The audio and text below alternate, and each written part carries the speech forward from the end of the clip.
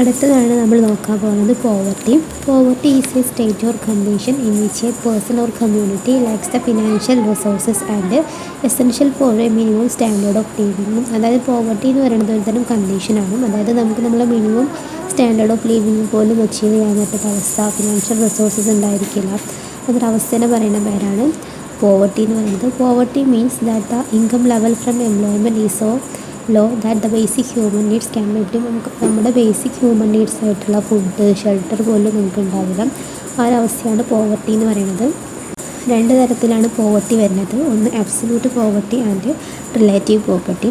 A condition where absolute poverty means a condition where household income is below a necessary level to maintain basic living standards, food, shelter and housing. അതായത് ഈ absolute poverty എന്ന് പറഞ്ഞ condition എന്ന് വെച്ചാൽ നമ്മുടെ primary needs ആയിട്ടുള്ള food, shelter, housing ഒന്നും ഇല്ലാത്ത അവസ്ഥയിലാണ് അബ്സല്യൂട്ട് പോവർട്ടി എന്ന് പറയുന്നത്.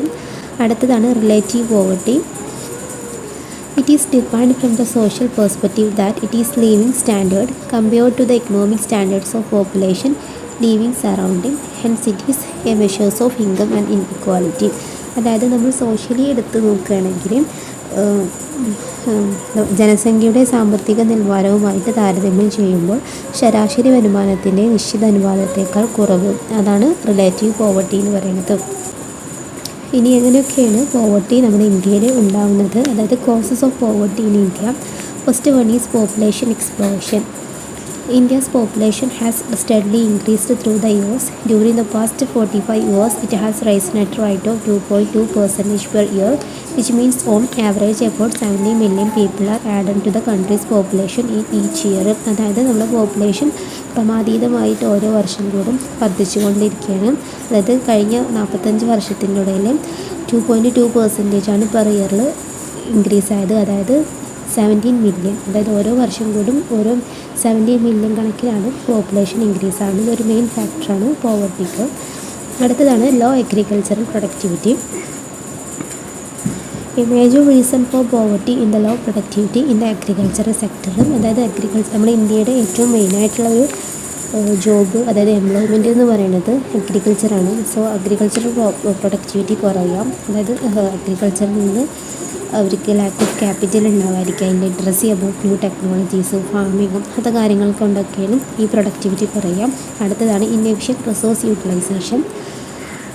Third is underemployment and discussed unemployment in the country, particularly in the farming sector.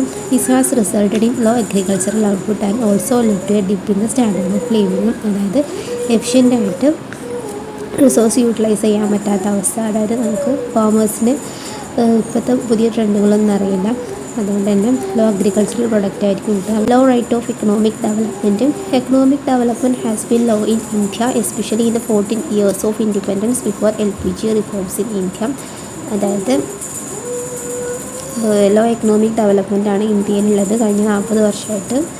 Then price rise has been steadily in the country and this has added to the burden of പ്യുവർ ക്യാരി. അതായത് നമ്മുടെ എല്ലാ പ്രൊഡക്ട്സിനും സാധനങ്ങൾക്കൊക്കെ വില കൂടുതലാണ്. So ഭയങ്കര പ്യുവറായിട്ടുള്ള വ്യക്തികൾക്കൊന്നും അത് accept ചെയ്യാൻ സാധിക്കില്ല. അതൊരു പോവർട്ടിനെ എഫക്റ്റ് ചെയ്യുന്ന ഒരു ഫാക്ടറാണ്. അതിനടുത്തതാണ് unemployment. Unemployment is another factor causing poverty in India. അതായത് അൺഎംപ്ലോയ്മെൻറ്റ് പോവർട്ടീനെ എഫക്റ്റ് ചെയ്യുന്ന വേറൊരു ഫാക്ടറാണ്. അതായത് ജോബ് ഇല്ലാതിരിക്കുക. പോപ്പുലേഷൻ കൂടുന്നതിനനുസരിച്ചിട്ട് ജോബ് സീക്കേഴ്സും കൂടുന്നു, അവർക്ക് അവരുടേതായ രീതിയിലുള്ള ജോബ് ഇല്ലാതിരിക്കുക. Then lack of capital and entrepreneurship. Shortage of capital and entrepreneurship result in low level of investment, job creation in the economy. അതായത് ക്യാപിറ്റൽ കുറയാം, അതായത് ഇൻവെസ്റ്റ് ചെയ്യുന്ന ക്യാപിറ്റൽസ് കുറവാണ്, അതുകൊണ്ട് തന്നെ ജോബ് ക്രിയേഷൻസ് ഒന്നും നല്ല രീതിയിൽ നടക്കില്ല. Then economic factors. There are also social factors hindering the eradication of poverty in India. അതായത് എക്കണോമിക് ഫാക്ടേഴ്സ് അല്ലാതെ കുറച്ച് സോഷ്യൽ ഫാക്ടേഴ്സും കൂടെ പോവർട്ടീനെ എഫക്റ്റ് ചെയ്യുന്നുണ്ട്. അതായത് നമ്മൾ കാലങ്ങളായിട്ട് ഫോളോ ചെയ്യുന്ന കുറച്ച് രീതികളുണ്ട്. കാസ്റ്റ് സിസ്റ്റം, അതായത് സർട്ടൻ ട്രഡീഷൻസും അതൊക്കെ പോവർട്ടീനെ എഫക്റ്റ് ചെയ്യും. Then colonial exploitation. അതായത് ബ്രിട്ടീഷ് ഭരണകാലത്താണ് കൊളോണിയലൈസേഷൻ വന്നത്. എത്രയോ ഡീക്കേഡ്സ് ആയിട്ട്, സെഞ്ച്വറീസ് ആയിട്ട് നമ്മളെ ഭരിച്ചുകൊണ്ടിരുന്നത് ബ്രിട്ടീഷുകളായിരുന്നു. നമ്മുടെ ട്രഡീഷണൽ ആയിട്ടുള്ള ഹാൻഡിക്രാഫ്റ്റ്സും ടെക്സ്റ്റൈൽസ് ഇൻഡസ്ട്രീസും ഒക്കെയാണ് അവർ കൈയേറിയത്. അങ്ങനെ ഒരു കൊളോണിയലൈസേഷൻ വന്നതോടുകൂടി നമ്മുടെ പോവർട്ടി ഇൻക്രീസ് ചെയ്യാൻ തുടങ്ങി. Then climatic factors. Most of the India's poor belong to the states of Bihar, UP, MP and Chhattisgarh, Odisha, Jharkhand, etc.